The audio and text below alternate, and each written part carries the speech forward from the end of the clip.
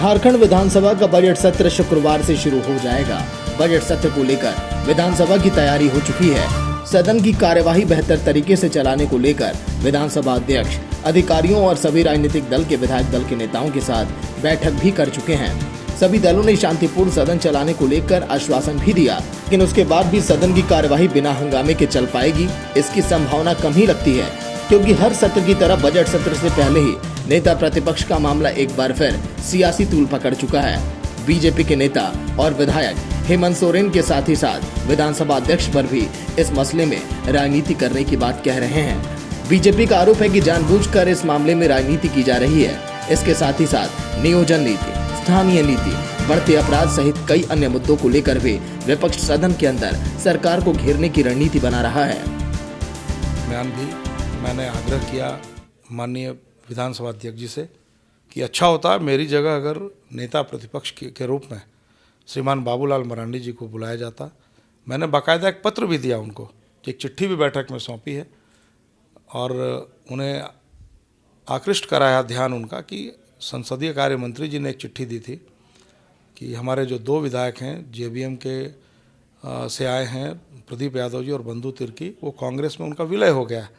प्रदीप यादव जी की भी चिट्ठी मैंने उनको दी है आज, जिसमें उन्होंने कहा है कि हम दोनों को कांग्रेसी मान लिया जाए।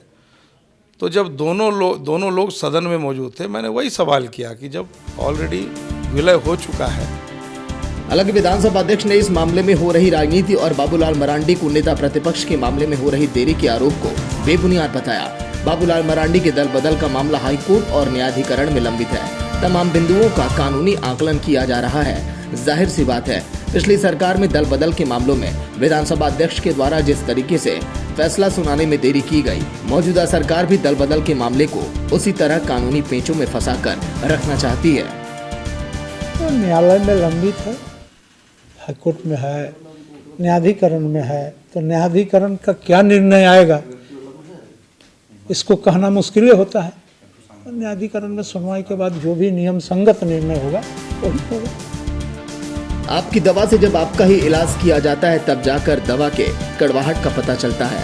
पिछली सरकार में बाबूलाल मरांडी की पार्टी जेबीएम के विधायकों के दल बदल का मामला विधानसभा की पूरी अवधि तक चलता रहा और तत्कालीन विधानसभा अध्यक्ष दिनेश उरांव ने विधानसभा की अवधि समाप्त के समय फैसला सुनाया था।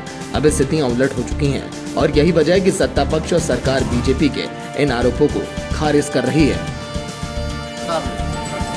बाबूलाल जी नाक रगड़ते रह गए।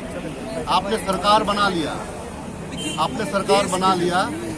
आपने 5 साल तक आपने जो चाहा वही। मैं उस रास्ते पे नहीं चलना चाहता, लेकिन हम लोग जो नियम संगत जो हम लोग जो कानून के दायरा में जो होता है हम लोग वही करेंगे। किसी के दबाव में आकर के फैसला नहीं दिया जाता, फैसला दिया जाता है नियम संगत और नीतिगत फैसला। हेमंत सोरेन सरकार के गठन के बाद ये 5वां विधानसभा सत्र है जो बिना नेता प्रतिपक्ष के चलेगा। पिछले साल भी हेमंत सरकार का मानसून सत्र लीडर ऑफ अपोजिशन के सवाल पर हंगामे की भीड़ चढ़ गया था। मामला अब भी बरकरार है, लिहाजा 26 फरवरी से प्रस्तावित हेमंत सरकार के बजट सत्र पर एक बार फिर हंगामे का ये साया अभी से मंडराने लगा है।